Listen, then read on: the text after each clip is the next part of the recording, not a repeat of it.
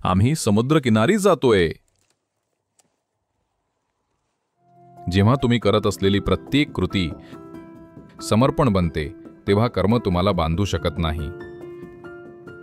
कर्म म्हणजे आपण करत असलेल्या कार्यांचा उरलेला प्रभाव. जर तुमची कृती एक समर्पण आहे, म्हणजेच तुम्ही नेहमी हे पाहताय की तुम्ही जे करता ते एखाद्या किंवा शक्य असल्यास सर्व जीवनावर काहीतरी परिणाम करत आहे, तर त्या अवस्थेत कर्म हे काही मर्यादित आणि बांधणारं नसतं. कर्म हे कर्मयोग बनतं, म्हणजेच ते एखाद्याला मुक्तीकडे नेणारी कृती बनते.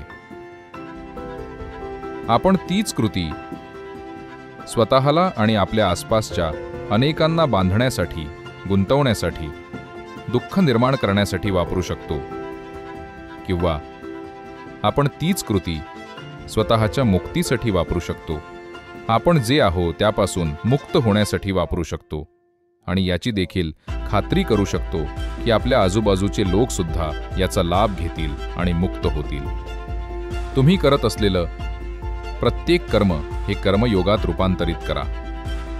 मग संपूर्ण जीवन प्रक्रिया, प्रत्येक पाऊल, प्रत्येक श्वास मुक्तीची एक प्रक्रिया बनेल. हाच जगण्याचा मार्ग आहे.